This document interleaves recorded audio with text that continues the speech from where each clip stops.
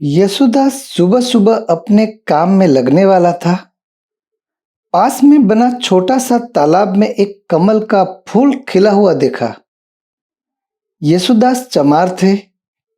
गांव में कोई पानी भरने नहीं देता था, इसीलिए पीने के लिए और काम के लिए घर के पास बना छोटा तालाब से पानी भर लेते थे।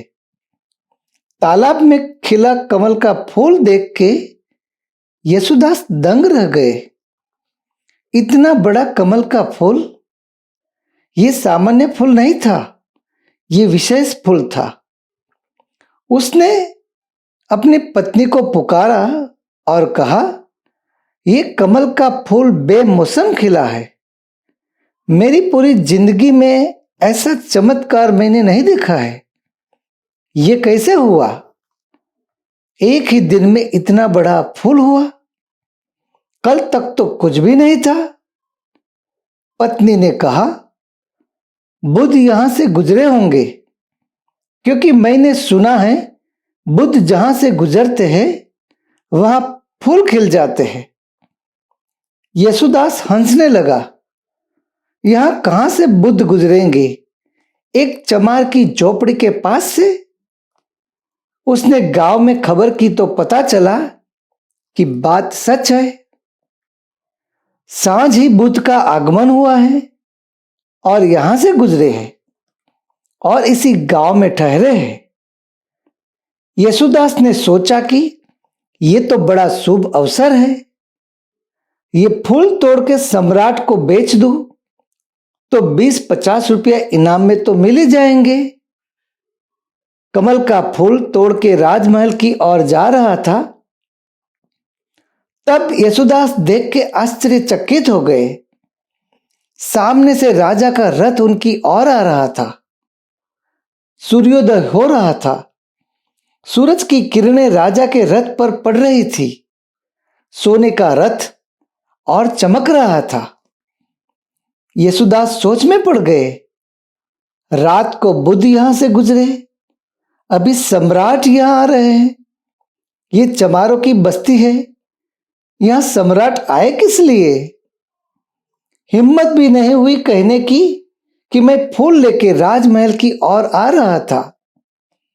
लेकिन सम्राट ने सारथी को कहा, रथ रोको, यशोदास को बुलाओ। यशोदास सम्राट के जूते बनाता था। सम्राट को यशोदास का नाम पता था। यशोदास डरते हुए गया और कहा, यह विशेष फूल लेके आपकी तरफ ही आ रहा था। यह फूल आपके ही योग्य है, इसीलिए आपको भेंट करना था। सम्राट ने कहा, बोल क्या मांगते हैं? जो मांगेगा वो दूंगा, फूल के बदले में। यशोदास ने कहा, जो आप देंगे ले लूंगा। सम्राट ने कहा, नहीं, तू मांग, तू जो मांगेगा वह मैं दूंगा, क्योंकि ये फूल मैं बुद्ध को चढ़ाने ले जाऊंगा। बुद्ध प्रसन्न हो जाएंगे ये विशेष फूल देख के। यशोदास के मन में भी एक अमीर ख्याल आया कि क्यों मैं ही न चढ़ा दूं बुद्ध को ये फूल। रोजी रोटी तो चल ही जाती है, मगर लालच भी मन में उठा कि आज सम्राट कहता है कि जो मांगना है वो मांग ले। लेकिन उससे पहले कि वो कहे कि 1000 सोना मुहर, हिम्मत नहीं बन रही थी कहने की।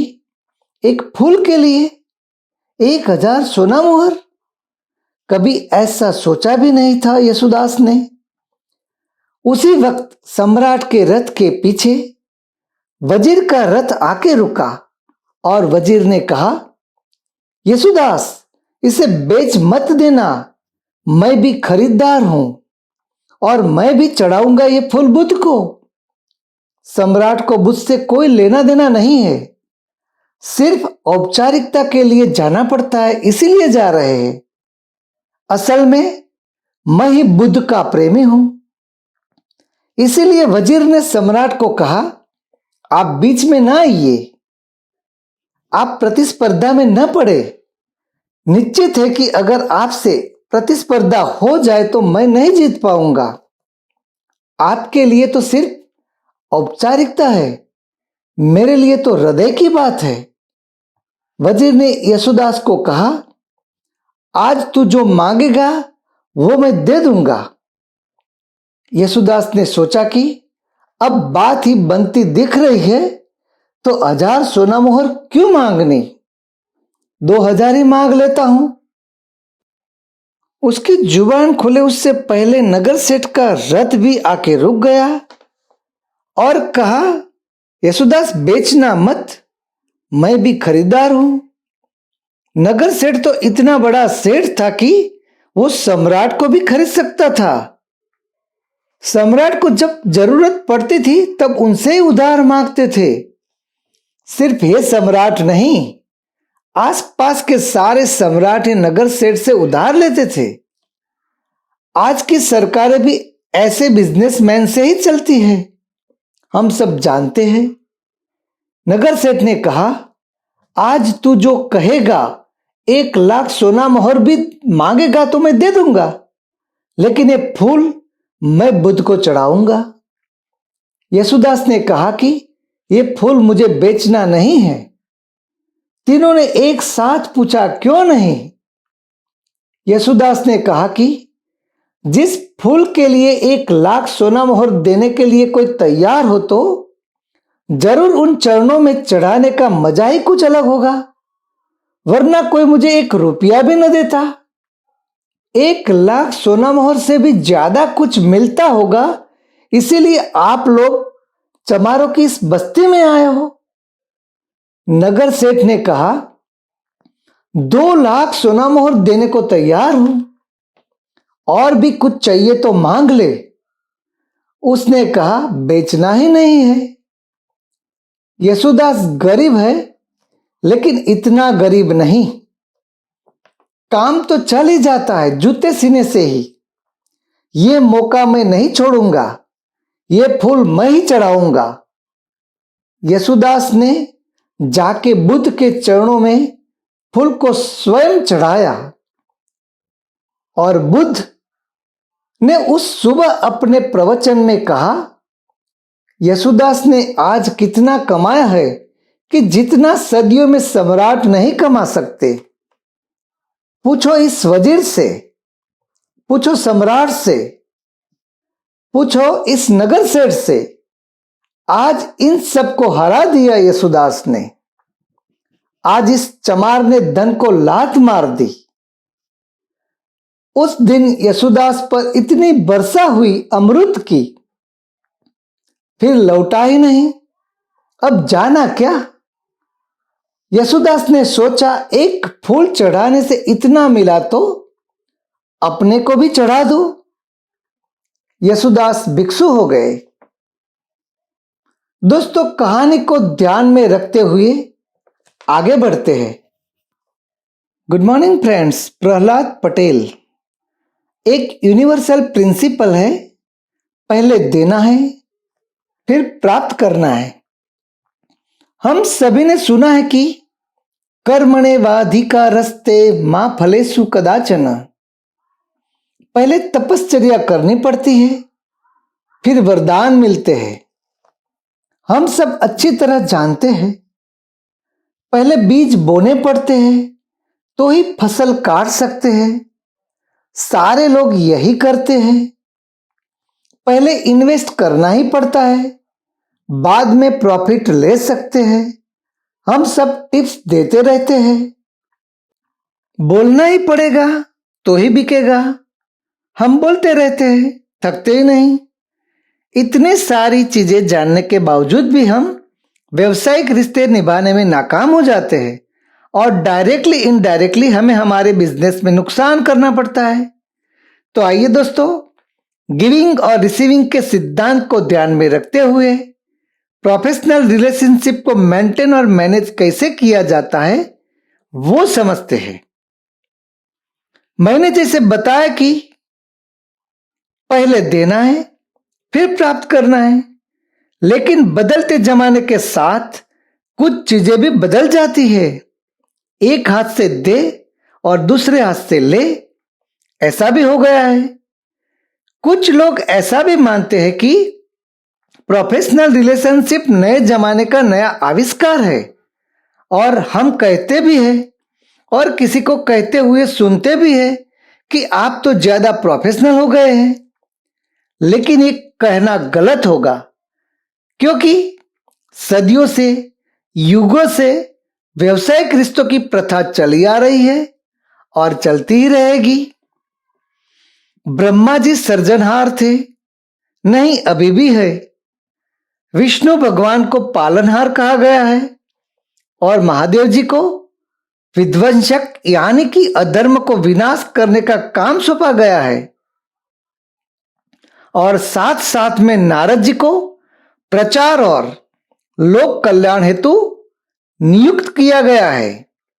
आज की कंपनियों के साथ अगर तुलना की जाए तो प्रोडक्शन यूनिट में एक प्रोडक्शन मैनेजर रहता है, व्यवस्था और संचालन के लिए एक संचालक नियुक्त किया जाता है, क्वालिटी चेक के लिए एक क्वालिटी कंट्रोल मैनेजर भी रखा जाता है, और जो खराब और अनर्थकारी चीजों का विनाश कर देता है।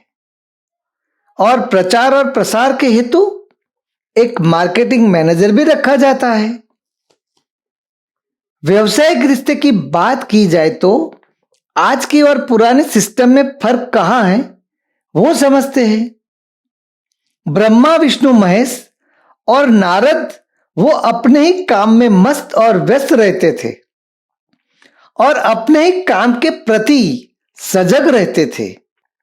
वो दूसरों के काम में दखल अंदाजी नहीं करते थे, यानी कि हस्तक्षेप नहीं करते थे। इसीलिए वो अपने पद पर अपनी जगह कायम रहते हैं और कभी रिश्ते भी खराब नहीं होते थे और नहीं हुए हैं। ऐसे रिश्ते को हम परफेक्ट व्यवसायिक रिश्ते कह सकते हैं। आज की बात की जाए तो प्रोडक्शन डायरेक्टर या प्रोडक्शन मैनेजर को परचेज मैनेजर से, परचेज मैनेजर को फाइनेंस मैनेजर से, फाइनेंस मैनेजर को मैनेजिंग डायरेक्टर और मैनेजिंग डायरेक्टर को फाइनेंस और मार्केटिंग मैनेजर से आपस में तालमेल रखना पड़ता है और अपना पद कायम रखने के लिए प्रोफेशनल रिश्ते समझने और संभालने भी पड़ते हैं। कभी कभी किसी कारणवश बनाई गई पोस्ट को बदलकर पोस्ट से हटा दिया जाता है। इसीलिए प्रोफेशनल रिश्तों के साथ साथ अपनी जिम्मेदारियों को भी संभालना पड़ता है।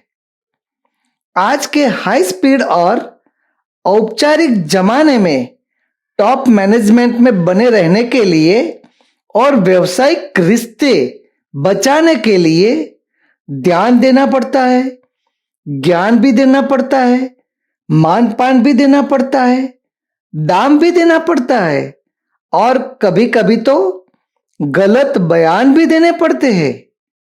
बदले में आपको पैसे के रूप में सैलरी मिलती है और साथ साथ में तनाव भी मिलता है।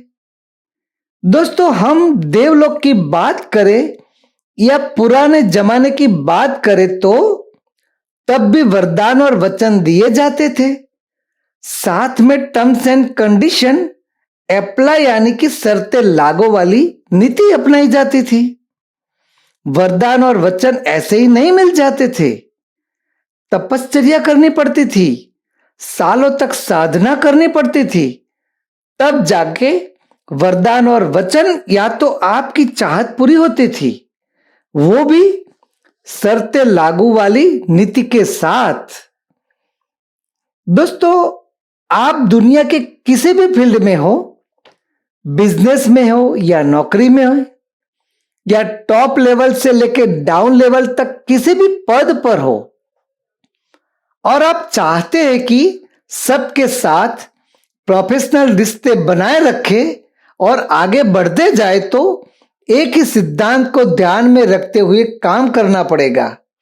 वो सिद्धांत है गिविंग और रिसीविंग, यानी कि कुछ पाने के लिए कुछ देना पड़ेगा। व्यवसायिक रिश्तों में साम, दाम, दंड और भेद की नीति सालों से अपनाई जा रही है और सही भी है। जो लोगों ने प्रोफेशनल रिलेशनशिप के साथ इमोशंस को जोड़ दिया है, वैसे लोगों को असफल होने से कोई नहीं रोक सकता। थैंक यू, टेक केयर, जय हिंद।